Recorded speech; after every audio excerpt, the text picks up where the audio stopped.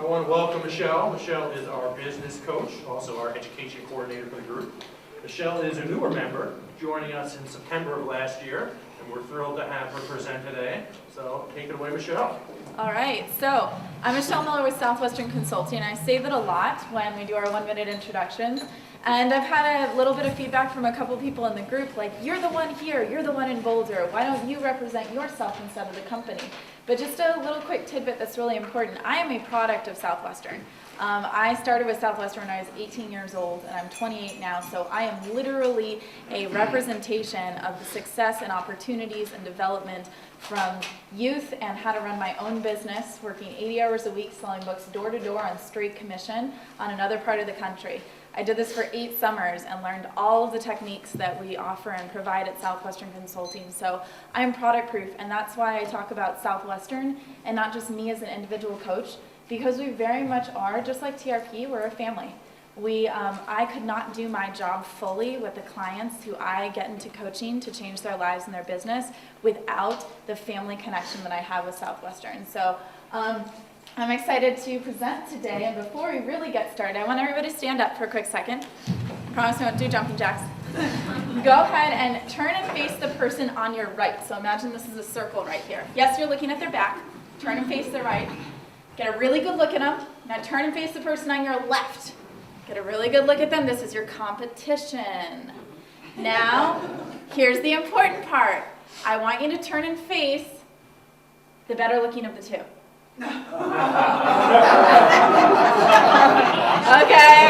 everybody sit down. Why don't we just all turn and look at Dan? Come on, guys, let's be honest. So, sorry, something on my nose there. But anyway, so what is it? Why does it get you guys to do that? Honestly, there's a couple things that we believe in at Southwestern. And the first thing is giving people more laughter. It's actually in our company creed, because when you guys are with prospects or when you're with clients that you have, or my gosh, even those like disgruntled, frustrated people you might work with sometimes, who enjoys their job more when you're laughing and having fun? How much more likely are you to close business, move forward, get a referral, right?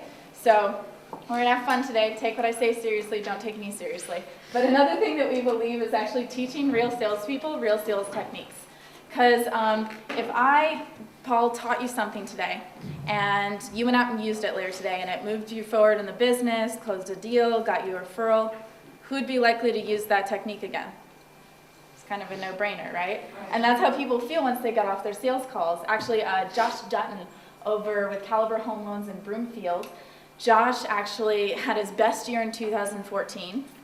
Awesome, top of the line, but he didn't know how to get his next level at 2015. So even though he wasn't super eager, he got into coaching with us in our Manager's Edge coaching, and he got off his first phone call. He was so revved up, he picked up the phone and made 24 calls. This is 24 more calls than he had made in all of 2014. He actually moved business forward, because we all know picking up that 250-pound phone can be difficult, which eventually led him to finally 2 loans, making an average about $5 grand. And he got that off of 1 coaching call, and that's how people feel. So today, actually, just a quick summary about who we are at Southwestern, because if you knew nothing about Southwestern, Maddie, but all you knew is 1855, what would you know? You're old. We're really old. We're older than the light bulb.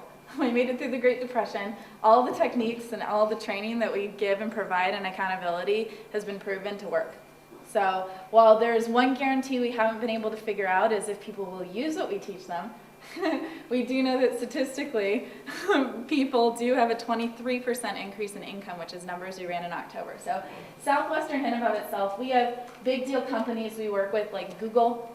We're the first company that they ever hired outside of their own people to actually do work.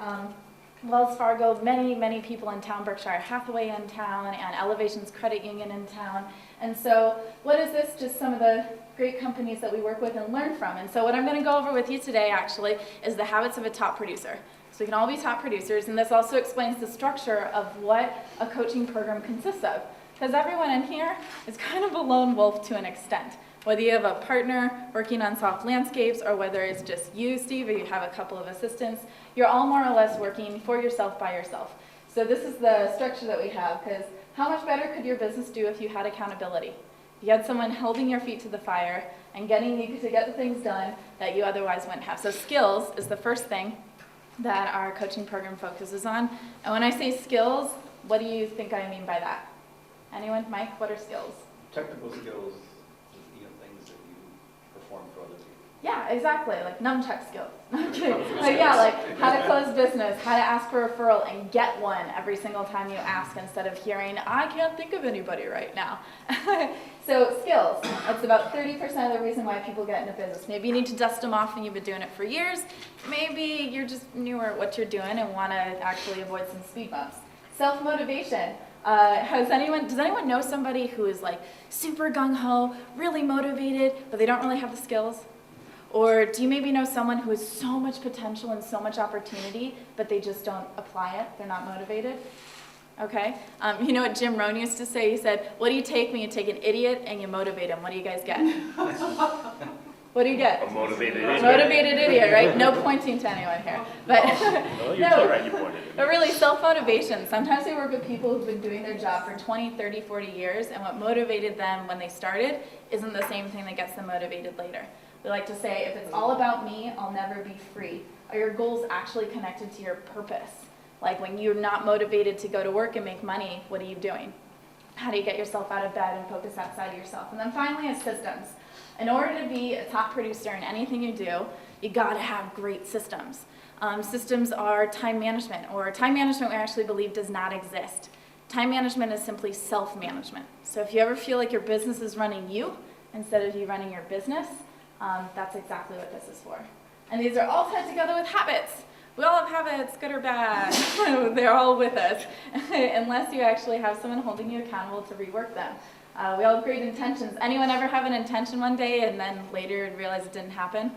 How many people have I come up to me, Michelle, it sounds like a great idea, I should totally meet with you one-on-one a month and a half ago.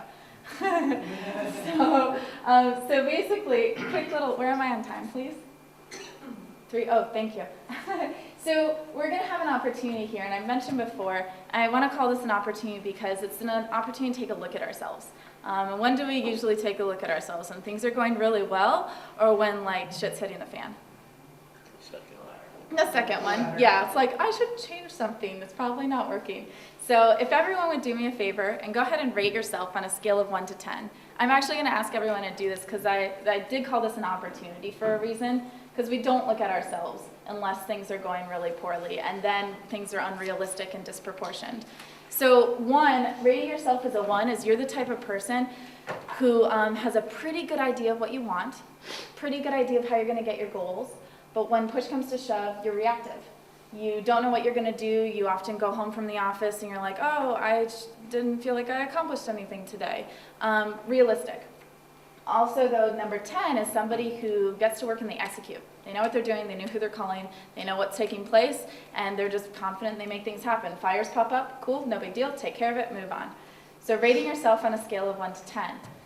The question is, has everyone been at a 10 at some point in their job, in their life, where you're like, nobody better walk into this office because they're buying 2 homes from Kate. Like,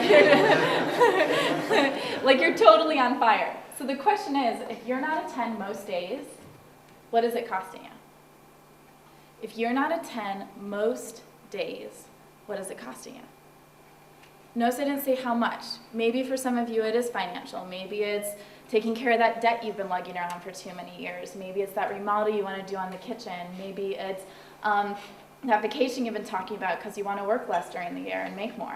Or maybe it's costing you something emotional. Maybe it's that anxiety of feeling like you're not hitting your goals, feeling like things aren't going well enough, you're letting people down. Because when things actually happen that aren't so great at work, do we leave it at the office or do we bring it home? We bring it home to the people we care about. So the thing, maybe, that's possible. We are TRP. So the thing is, there's a cost in business today.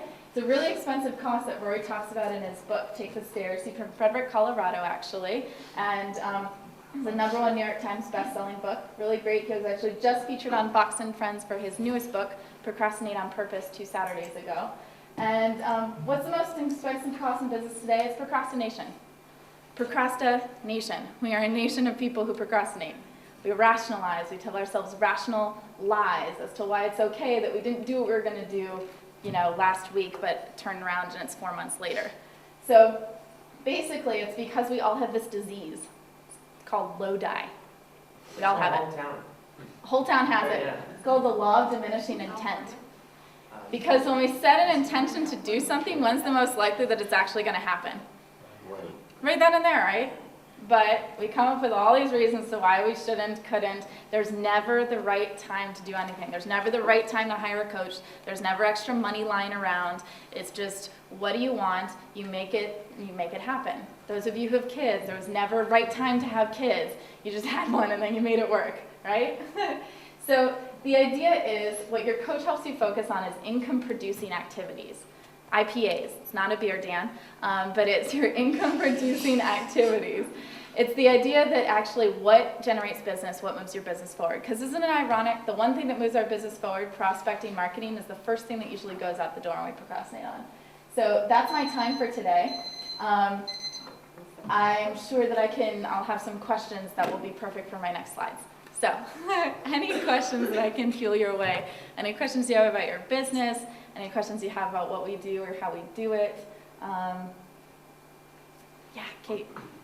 When I ask for who do you know who's buying or selling real estate, which I don't use that phrase exactly, but when I'm speaking with someone trying to get a referral, and you mentioned make sure you don't get off the phone until you actually get that referral, where is the next step when they say, I can't think of anybody right now?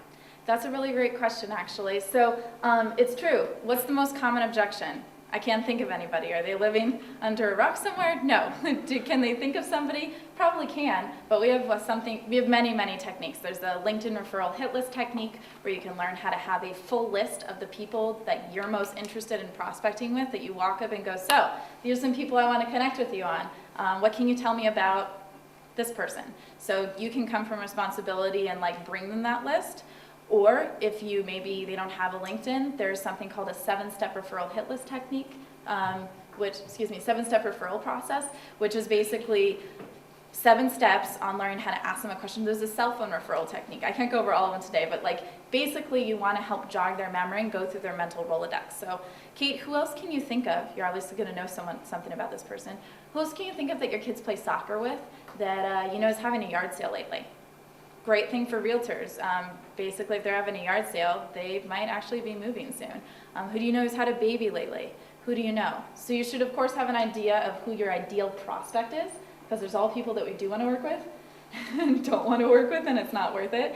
So that's what you would do, is I would actually encourage you to grab your business card, give it to them, ask them to put it in your phone, and as they're going through that, by the way, while you have your phone out, who else can you think of? Some memory joggers. So, yeah. Dave. Are you opposed to the center of influence? Sorry? When you're looking for referrals and trying to expand the business, Yep. the center of influence? So center of influence, you mean your personal circle of influence with who you know? Or your family? Sure. Friends, Yeah, there's different ways to use your family, and when I started with Southwestern, they encouraged me to start with my center of influence and prospecting with people, though.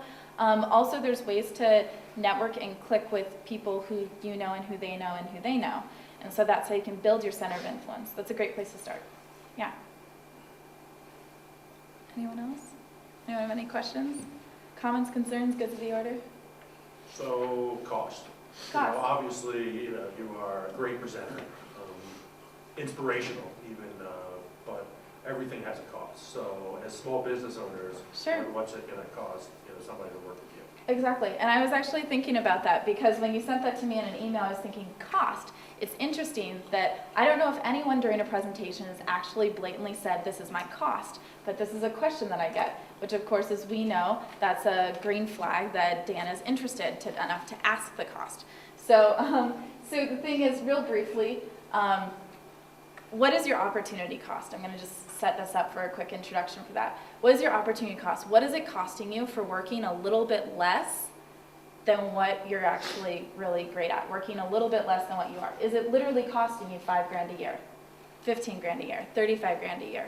So what would it be worth it to you to actually do all the things you've been meaning to do, and what would that do for your business? So most people, if you look into coaching programs, they do start at an average of about $1,000.